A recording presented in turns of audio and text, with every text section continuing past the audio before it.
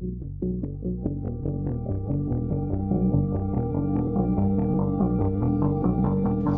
right, welcome back, guys. This is Stock Rock. Today I want to talk about a stock that has been down following earnings. I actually like this business, and I think these earnings were actually really solid. Once you step back from the knee-jerk reaction and actually look at the numbers and not just the headlines, you will realize this is an opportunity. Let's dive right in. Let's start with the fundamentals for this business. This business is Uber.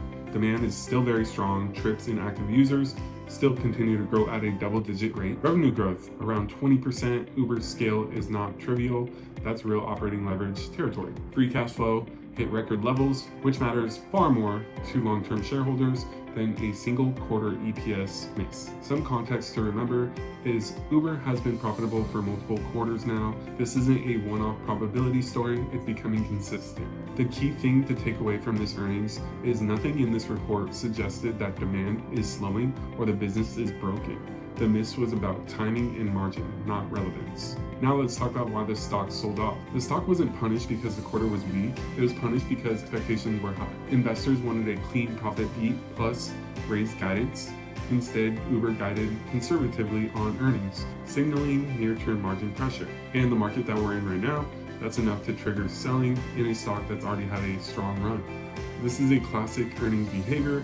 Good companies can still go down if they don't beat the right metrics. As far as the valuation on Uber is no longer valued like a speculative growth company. It's trading more like a cash flow compounder rather than a moonshot. On a forward free cash flow basis, Uber sits in the mid-teens, which is reasonable for a global platform business, still growing revenue around 20% and with margins that continue to improve over time. Importantly, Uber is now self-funding its growth. This isn't a burn cash and hope story anymore.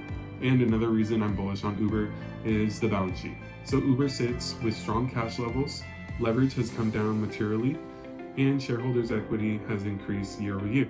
What this is telling you is the company is building real value internally, assets are growing faster than liabilities, and retained earnings are accumulating. With their balance sheet, this gives Uber the flexibility to invest, weather downturns, and to compound cash flow without needing outside capital. The guidance miss wasn't demand-driven, it was investment-driven.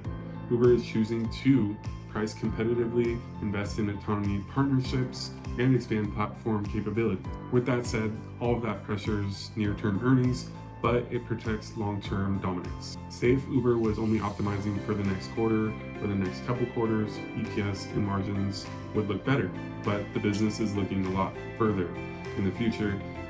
The business would be materially weaker in the next 5 years if they're more near-term sided rather than looking long-term.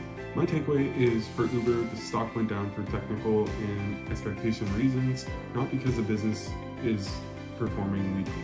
These were really solid earnings for Uber. Uber is consistently profitable, generating real cash flow, strengthening its balance sheet, and valuation is no longer stretched.